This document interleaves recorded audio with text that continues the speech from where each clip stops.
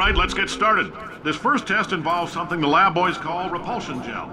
You're not part of the control group, by the way. You get the gel. Last poor son of a gun got blue paint. All joking aside, that did happen. Broke every bone in his legs. Tragic, but informative. Or so I'm told.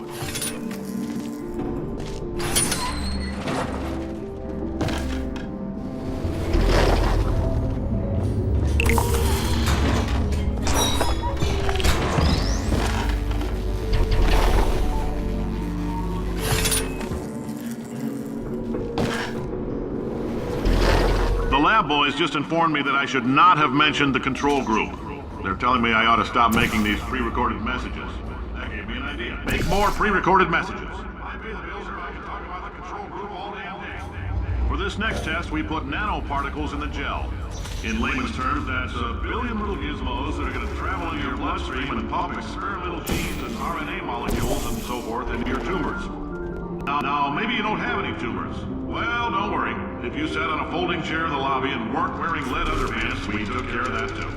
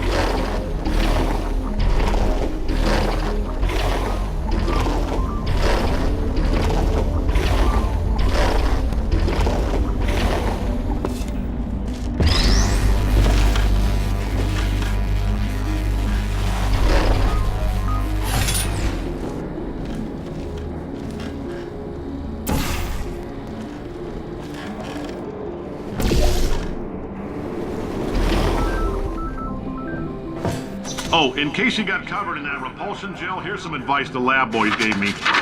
Do not get covered in the repulsion gel. We haven't entirely nailed down what element it is yet, but I'll tell you this, it's a lively one, and it does not like the human skeleton.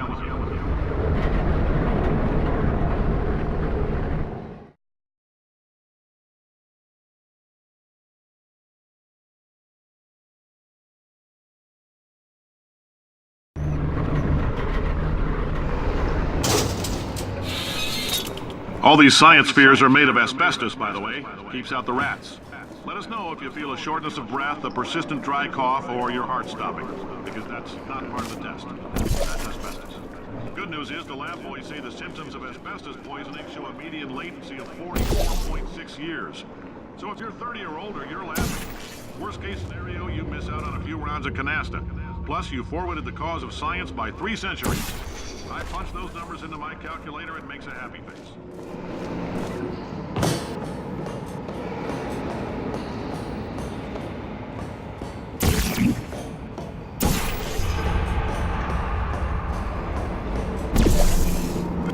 I like your style. You make up your own rules, just like me. Bean Counter said I couldn't fire a man just for being in a wheelchair. Did it anyway. Ramps are expensive.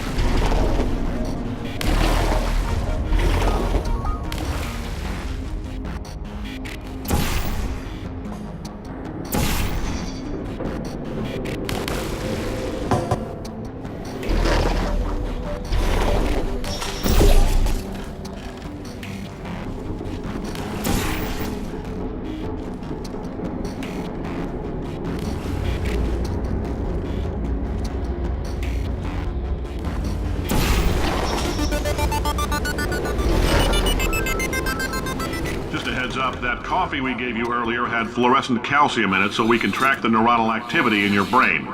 There's a slight chance the calcium could harden and vitrify your frontal lobe. Anyway, don't stress yourself thinking about it. I'm serious. Visualizing the scenario while under stress actually triggers the reaction.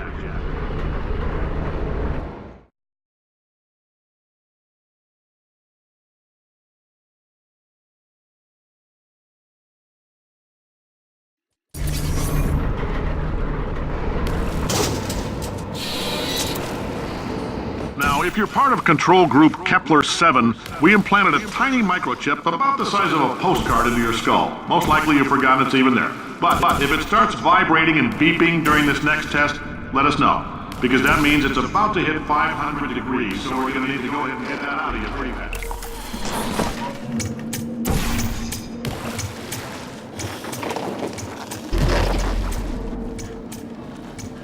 I'm telling them, keep your pants on.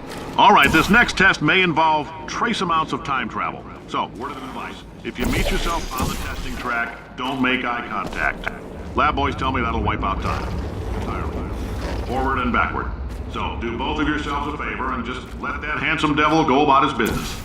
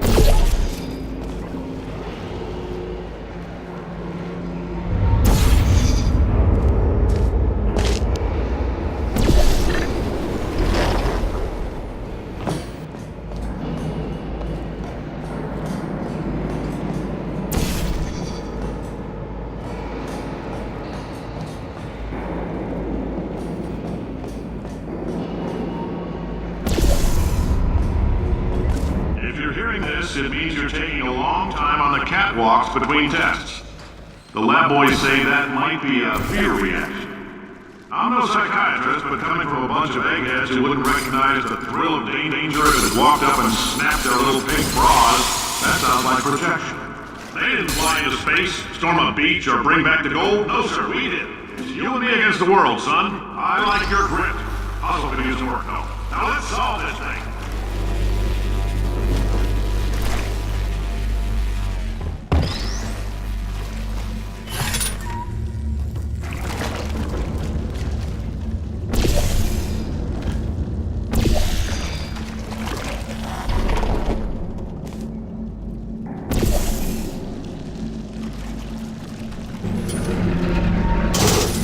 Science isn't about why, it's about why not.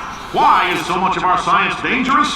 Why not marry safe science if you love it so much? In fact, why not invent a special safety door that won't hit you on the butt on the way out because you are fired? Now you, test subject, you're doing fine. Yes, you, box your stuff. Out the front door. Parking lot, car, goodbye.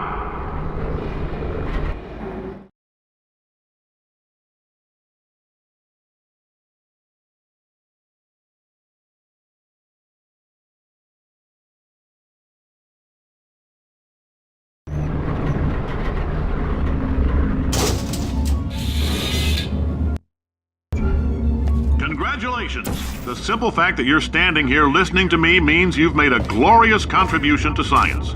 As founder and CEO of Aperture Science, I thank you for your participation and hope we can count on you for another round of tests. We're not going to release this stuff into the wild until it's good and damn ready, so as long as you keep yourself in top physical form, there will always be a limo waiting for you. Say goodbye, Carolyn. Goodbye, Carolyn.